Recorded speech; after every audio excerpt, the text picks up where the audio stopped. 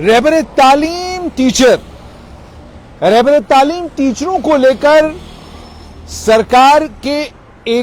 सरकारी एक किताब में एक लाइन लिखी गई, उस पर रहबर तालीम टीचरों ने जबरदस्त बवाल किया। उन्होंने कहा कि सरकारी तंत्र जो हमारे बारे में किसी एक सरकारी कागज या किताब के अंदर कुछ लिख रहा है वो सरासर गलत है। रहबर तालीम टीचरों ने उसके बाद सोशल मीडिया पर पोस्ट डाले और उन पोस्टों में यह कहा कि जो कंट्रीब्यूशन रहबर तालीम टीचरों का जम्मू कश्मीर के तालीमी निजाम को बेहतर बनाने में है, उस कंट्रीब्यूशन के ऊपर तो किताबें लिखी जानी चाहिए थी, उस कंट्रीब्यूशन को सराहा जाना चाहिए था। लेकिन अफसोस है कि सरकारी सिस्टम के अंदर बैठे हुए कुछ लोग जो रहबर तालीम टीचरों के बेहतरीन काम से परेशान हैं, वो इस तरह की हरकतें कर रहे हैं। मीडिया वालों के ऊपर भी जबरदस्त गुस्सा फूटा रहबर तालीम टीचरों का। कई टीचरों ने मुझे भी फोन करके कहा, उन्होंने कहा आप जमीनी हकीकत से वाकिफ नहीं है, आप नहीं जानते कि रहबर तालीम टीचरों ने कितना बेहतरीन काम किया है, आप नहीं जानते कि रहबर तालीम टीचर सिस्टम को खड़ा करने में कितना कामयाब हुए हैं, आप नहीं जानते कि दूर दराज के गांवों में रहबर तालीम की टीचर कितनी आला तालीम बच्चों को दे रहे हैं। उन्होंने ये भी कहा कि हमारी क्वालिफिकेशन को लेकर जो बात की जाती है, हम हाईली क्वालिफाइड हैं, हम में से कई लोग ऐसे हैं जो triple post graduate, double post graduate और उसके अलावा पीएचडी स्कॉलर्स हैं और क्या क्या नहीं। उन्होंने कहा 70 से 80% रहबर तालीम टीचर आला तालीम याफ्ता हैं। तो ये सारी बातें जो रहबर तालीम टीचरों को लेकर कही जाती है या जो किताब में कही गई हैं कि वो सिस्टम के लिए खतरा है, एजुकेशन सिस्टम के लिए खतरा है, वो सरासर गलत है। ये सारी बातें उन्होंने कही। और उसके बाद रहबर तालीम टीचरों का पिछले दिनों न्यूज शहर इंडिया के ऊपर मैंने कुछ टीचर्स का इंटरव्यू देखा। उन लोगों ने न्यूज शहर इंडिया के जर्नलिस्ट अफराज डैंग को यह कहा कि हम सरकार से ये विनम्र विनती और आग्रह करते हैं कि सरकार हमारे लिए भी एक ट्रांसफर पॉलिसी बनाए, जल्द से जल्द एक ट्रांसफर पॉलिसी रहबर तालीम टीचरों के लिए भी आनी चाहिए। और खासतौर पर उन्होंने उसमें महिलाओं का जिक्र किया कि महिलाओं के लिए इस ट्रांसफर पॉलिसी का होना बहुत ज्यादा जरूरी है। सूत्रों के हवाले से जो खबर निकल के आ रही है, सूत्र साफ तौर पर बता रहे हैं कि जम्मू कश्मीर की सरकार और नए मुख्य सचिव भी इसी विचार के हैं कि रहबर तालीम की जो स्कीम है, उस स्कीम के जो प्रावधान थे वो प्रावधान ऐसे हैं कि उन प्रावधानों में ट्रांसफर के लिए कोई रास्ता फिलहाल नजर नहीं आ रहा है। सूत्र ये बताते हैं कि सरकारी स्तर पर अलग अलग लेवलों पर काम करने वाले लोग, उनका यह मानना है कि रहबर तालीम स्कीम जब लाई गई उसका पहला मकसद यह था कि गांव देहात में वो स्कूल, जिन स्कूलों में टीचरों की कमी है, मास्टरों की कमी है, या ट्रांसफर होने के बावजूद टीचर मास्टर वहां जाते नहीं हैं, उन स्कूलों में कम से कम टीचरों की अवेलेबिलिटी को इंश्योर किया जाए।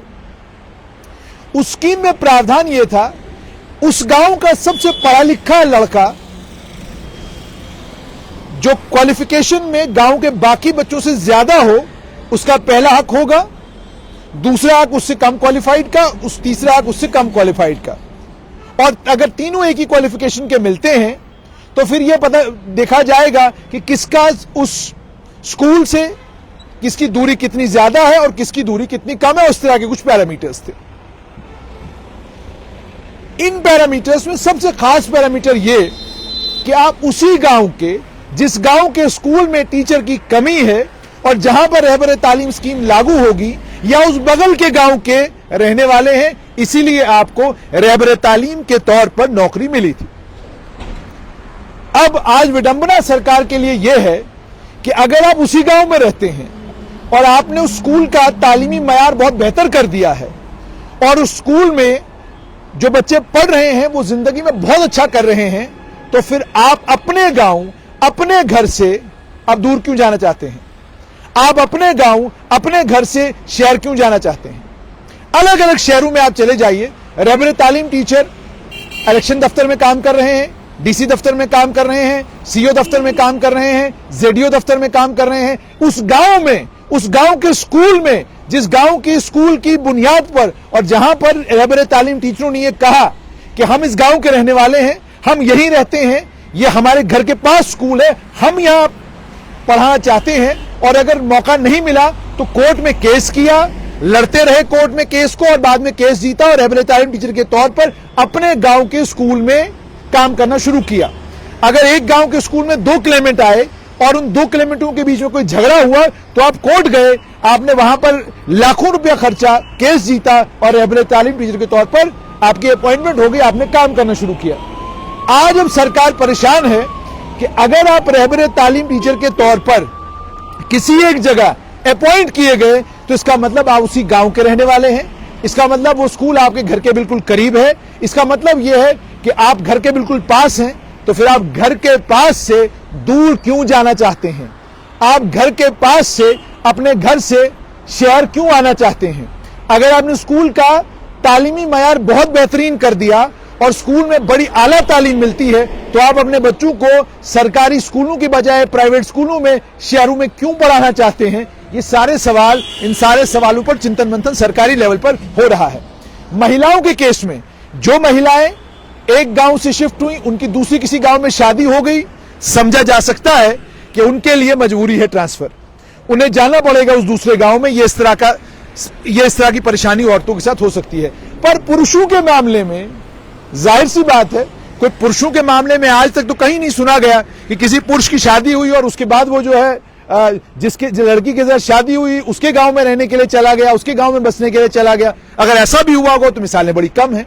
लेकिन विडंबना ये कि आप जिस गांव में रहते हैं उसी गांव में आपकी नौकरी हो गई, मिल गई, आपको घर के पास आपको नौकरी मिल गई, घर के पास नौकरी है, स्कूल का आपने एजुकेशनल स्टैंडर्ड जो है बहुत बेहतरीन कर दिया, तो जब परिस्थितियां इतनी अच्छी हैं तो फिर आप शहर क्यों आना चाहते हैं?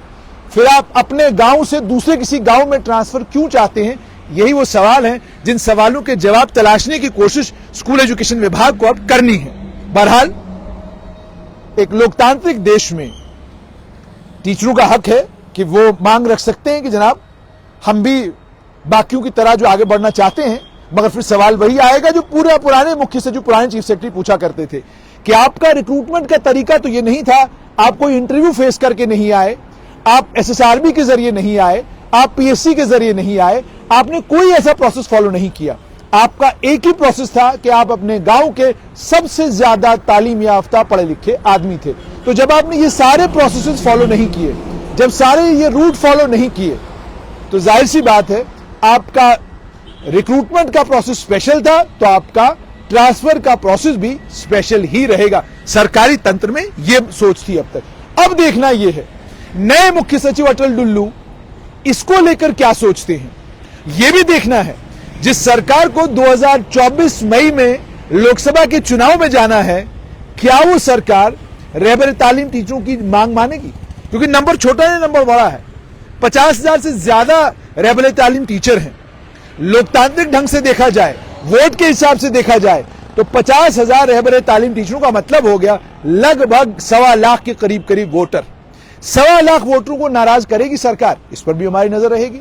और क्या सरकार रहबर तालीम टीचरों की लंबी मांग, एक लंबे समय से चलती मांग को मानेगी? क्या रहबर तालीम टीचरों के लिए ट्रांसफर पॉलिसी आएगी?